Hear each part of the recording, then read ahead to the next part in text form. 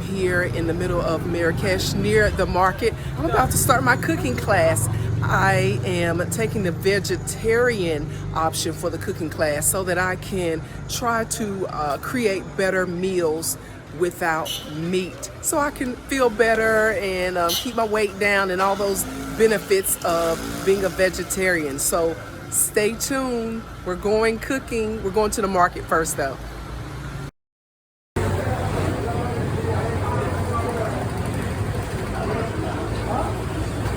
We're here at the cooking class, and these are my fellow classmates. We're going to learn how to cook Moroccan style with all of the different spices. So it's going to be delicious. Trust us. At the food market, we picked up fresh veggies and chicken for our class. We'll be seasoning our food with coriander, paprika, cumin, saffron, pepper, and for those people who can't be bothered to remember all the spices, there's something called Lazy Woman. It has a little bit of all the spices you need to make authentic Moroccan meals. Here's a fun fact. They even char grill the eggplant instead of frying it for a more smoky flavor. And we cut up carrots, potatoes, zucchini, tomatoes, and I was tasked to chop parsley, because I'm a team player like that. Our goal is to make the best vegetable tagine a cooking class has ever made. And those bird sounds you hear are, well, birds flying loose overhead.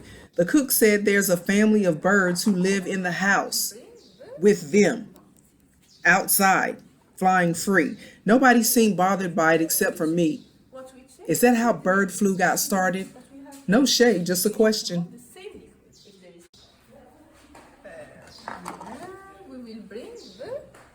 After about 30 minutes of prep and cooking, our masterpiece cuisines were ready to be devoured.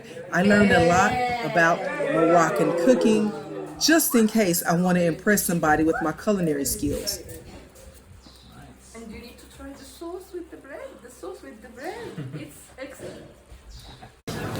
So you know, when you take a cooking class, it's just enough so that you can taste what it was that you prepared.